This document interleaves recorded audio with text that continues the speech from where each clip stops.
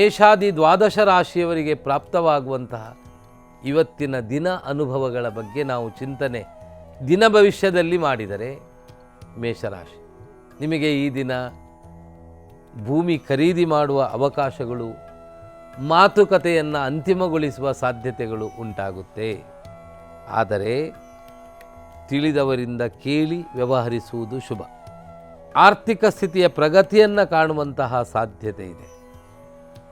ರೈತರಿಗೆ ಒಳ್ಳೆಯ ಆದಾಯ ಬರುವಂತಹ ದಿನ.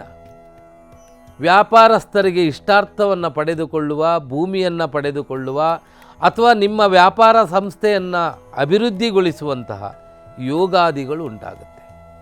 ರಾಜಕೀಯ ವ್ಯಕ್ತಿಗಳಿಗೆ ಸ್ಥಾನಬಲ ಉತ್ತಮವಾಗಿರುತ್ತೆ. ನಿಮ್ಮ ಅನಿಸಿಕೆಗಳ ಶುಭ ಫಲಗಳನ್ನು ಪಡೆದುಕೊಳ್ಳುವ ಯೋಗ್ಯತೆ ಉಂಟಾಗುತ್ತೆ. ಮೇಷರಾಶಿಯವರಿಗೆ ಈ ದಿನ ಬಹಳ ಒಳ್ಳೆಯ ಫಲಗಳನ್ನು ಪಡೆದುಕೊಳ್ಳುವ ಎಲ್ಲ ಯೋಗಗಳುಂಟು. ಸಾಧನೆ ಮಾಡಿ ಒಳ್ಳೆಯ ಫಲ ಪಡೆದುಕೊಳ್ಳುವ ಸಲುವಾಗಿ ತಾವು ನಾಗದೇವರ ಸೇವೆಯನ್ನು ಮಾಡುವುದರಿಂದ, ಹಾಗೇ ದುರ್ಗಾ ಕ್ಷೇತ್ರದಲ್ಲಿ ಬೆಲ್ಲದಚ್ಚಿನ ದೀಪವನ್ನು ದೇವರಿಗೆ ದರ್ಶನ ಮಾಡಿಸುವುದರಿಂದ ಒಳ್ಳೆಯ ಫಲವನ್ನು ಪಡೆಯುವ ಸಾಧ್ಯತೆ ಇದೆ. ವೃಷಭ ರಾಶಿ ನಿಮಗೆ ಮಾತೃಮೂಲದ ಸಂಪತ್ತು ಪ್ರಾಪ್ತಿಯಾಗುವ ಅವಕಾಶಗಳಿದೆ.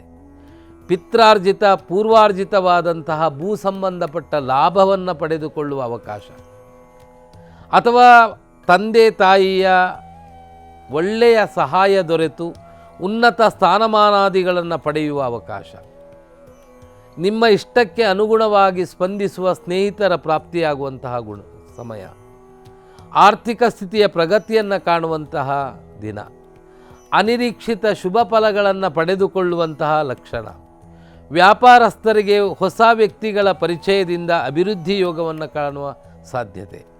ವೃಷಭ ರಾಶಿಯವರಿಗೆ ಈ ದಿನ ಬಹುತೇಕವಾಗಿ ಶುಭ ಫಲಗಳನ್ನು ಪಡೆಯುವ ಯೋಗ ಚೆನ್ನಾಗಿ ಕಾಣಿಸ್ತಾ ಇದೆ.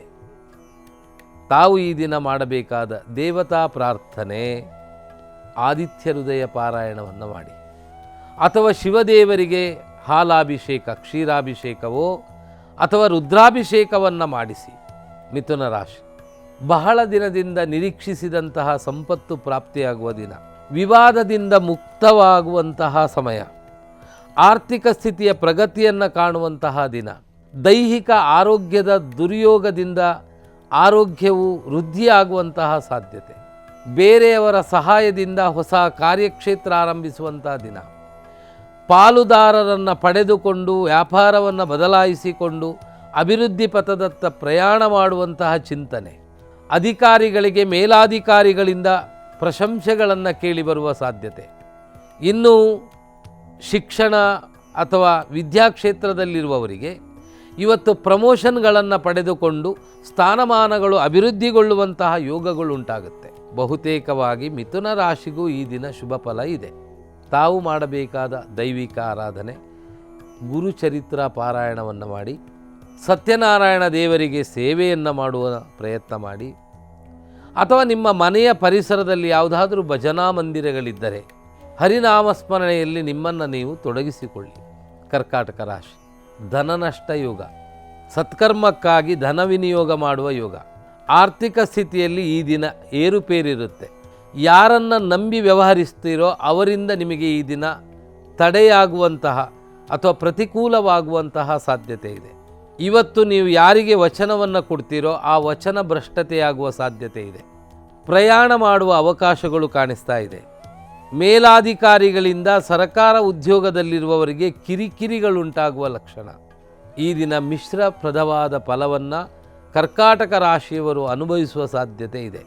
ತಾವು ಇವತ್ತಿನ ದಿನ ಲಲಿತ ಸಹಸ್ರ ನಾಮಪಾರಾಯಣವನ್ನು ಮಾಡುವುದರಿಂದ, ಗುರುದೇವರ ಆರಾಧನೆಯನ್ನು ಮಾಡುವುದರಿಂದ ಒಳ್ಳೆಯ ಫಲವನ್ನು ಪಡೆಯುವ ಸಾಧ್ಯತೆ ಇದೆ.